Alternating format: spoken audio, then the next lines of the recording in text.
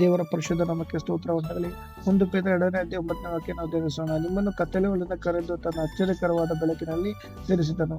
ಈ ಒಂದು ವಾಕ್ಯ ನೋಡುವುದಾದರೆ ಸತ್ಯವೇದದಲ್ಲಿ ಯೇಸುವಿನ ಶಿಷ್ಯರ ಬಗ್ಗೆ ಇದು ಮಹಾಯಾಜಕರ ಬಂದು ಮಾತಾಡ್ತಾರೆ. ಶಿಷ್ಯರು ಅವ್ರನ್ನ ಕಂಡು ಆಶ್ಚರ್ಯಪಟ್ಟು, ಇವರು ಗಲೀಲಿಯ ಸೀಮೆಯಲ್ಲಿ ವಾಸಿಸಿದ್ದ ಬೆಸ್ತರಲ್ಲವೋ? ಯಾಕಂದ್ರೆ ಅವ್ರು ಯೇಸುವಿನ ಶಿಷ್ಯರು ವಿದ್ಯಾವಂತರಲ್ಲ, ಅವಿದ್ಯಾವಂತರಾಗಿರ್ತಾರೆ.